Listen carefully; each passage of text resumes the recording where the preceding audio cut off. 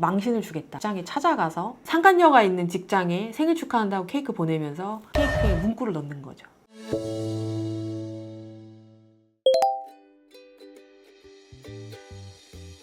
경우에 따라서 될 수 있습니다. 그 문자 내용이 연인 간에 주고받을 수 있는 내용이나 애정 표현이 있거나 그래서 어떤 정서적으로 깊은 어떤 유대관계가 형성이 되고 정서적인 교류를 하게 되면 부정행위로 인정이 될 수가 있거든요. 부정행위가 우리가 생각하는 육체적 관계만 의미하는 게 아니고요. 그보다는 좀 범위가 넓습니다. 기본적으로 부부한테는 서로에 대해서 정조를 지켜야 되는 의무가 있기 때문에 육체적으로 뿐만 아니라 정서적으로도 정조 의무를 위반했다라고 한다면 부정행위에 해당할 수 있습니다.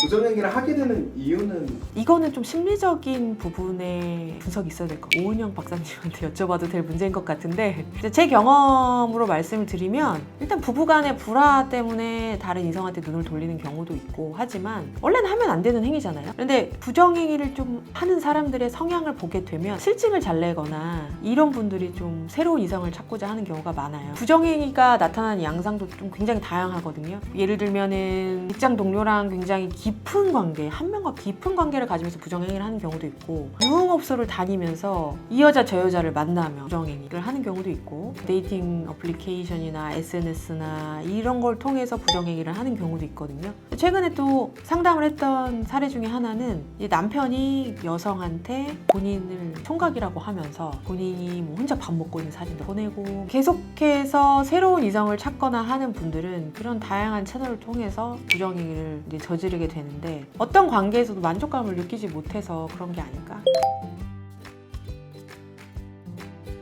최근 판결을 보면 통상적으로는 한 1,000만 원에서 3,000만 원 정도로 정해지는 것 같고요. 배우자가 부정행위를 했다라고 했을 때의 그 심리적인 타격은 굉장히 크거든요. 어떻게 보면은 그 사람의 정체성을 구성하는 가장 중요한 부분이 공격받는 느낌을 받을 수 있어요. 내가 여성으로서의 매력이나 이런 부족해서 그렇게 되었나? 이런 생각까지 갈 수 있거든요. 나의 어떤 여성성이나 남성성을 부정당하는 그런 느낌이 들 수 있기 때문에 최근에 그 책정되는 위자료는 좀 충분치 않지 않나 이런 생각이 듭니다. 위자료가 충분하지 않으니까 상간자에 대해서 다른 방식으로 갚아주겠다라는 분들이 좀 있어요. 예를 들면 명예훼손으로 처벌받아도 괜찮다. 망신을 주겠다. 직장에 찾아가서 그 사실을 쫙 알리던지 아니면 뭐 이메일을 통해서 쭉 알리던지 아니면 뭐 현수막을 걸던지 상간녀가 있는 직장에 생일 축하한다고 케이크 보내면서 케이크에 문구를 넣는 그런 경우도 있었다고 하더라고요. 그러니까 그렇게 망신을 주는 거예요. 이게 돈을 사실 위자료 뭐 1,000만 원, 2,000만 원 이런 걸 한다고 해도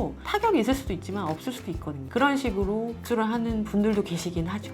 상간자에 대한 소송은 좀 어떤 식으로 상간자를 상대로 손해배상 청구를 하려고 한다면 그 상간자가 나의 배우자가 기혼자였다는 걸 알고서 관계를 가졌다. 이 사실을 입증할 수 있어야 되거든요. 몰랐다고 하면 빠져나갈 수 있어. 기혼자인지 몰랐어. 그래서 유부남이었다라는 걸, 유부녀였다라는 걸 알았어야 손해배상 청구를 할 수 있습니다. 소송하는 방식은 이혼 소송을 하면서 상간자를 상대로 해서 같이 손해배상 청구를 하셔서 진행할 수 있고요. 아니면 이혼을 하지 않고 상간자에 대한 소송만 따로 진행을 이혼하지 않은 상태에서도 가능합니다. 그런데 문제가 뭐냐면 이런 부정행위로 인해서 발생하는 손해배상 채무는 부진적 연대 채무라고 해서 한 사람이 일단 채무를 이행을 한 경우는 다른 사람은 그 부분에 대해서 이행하지 않아도 되거든요. 그래서 예를 들어서 상간녀를 상대로 위자료를 청구했고 그래서 2,000만 원 지급하라 이런 판결이 내려졌단 말이에요. 상간녀가 2,000만 원을 지급했어요. 그런데 이제 남편하고 이혼은 안 했어. 상간녀가 위자료 지급했고 하지만 두 사람이 이혼하지 않았다. 이런 경우는 상간녀가 남편한테 부상권을 청구할 수 있거든요. 예를 들어서 남편이 뭐 적극적으로 더 만나자고 했다. 이런다고 한다면 2,000만 원 중에 뭐 1,000만 원 이상은 그 상간녀가 남편한테 청구할 수가 있습니다. 그러니까 두 사람 사이에 해결할 문제예요. 상간녀와 남편 사이에. 그런데 이제 여러 가지 사례를 보다 보면 이혼을 왜 안 해라고 생각할 수 있어요. 부정행위 했는데 이혼 왜 안 해? 이럴 수도 있는데 이혼 안 하는 경우도 꽤 있습니다. 왜냐면 자녀가 있고 부부는 사실상 어떤 경제생활이나 이런 부분 굉장히 엮여 있잖아요. 가족하고도 엮여 있고 부정행위를 예를 들어서 한 차례 했다라고 한다면 그냥 용인하고 넘어가는 경우도 꽤 많아. 그리고 유부남 유부녀가 예를 들어서 바람을 폈다. 그런데 유부남 쪽은 또 이혼을 안 하고 유부녀 쪽은 또 이혼을 하는 경우도 있고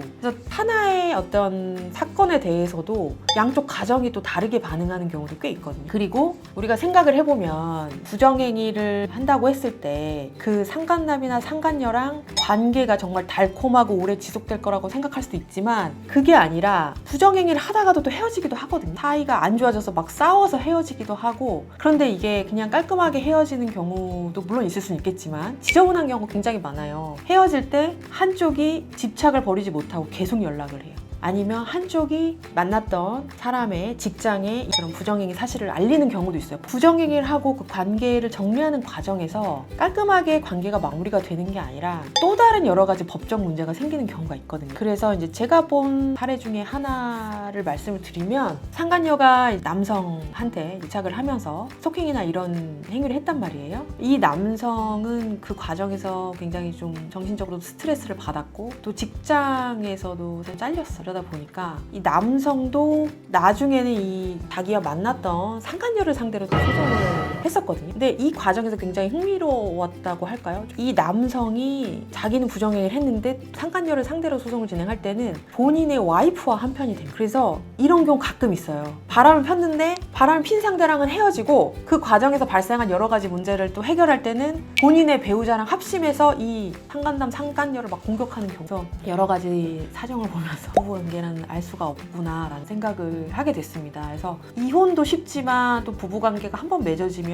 이런저런 상황이 있어도 헤어지지 않고 이렇게 나름의 또 위기 상황이라고 할 수 있잖아요. 이런 상황에선 다시 또 똘똘 뭉치는구나 뭐 이런 생각도 좀 하게 됐어요.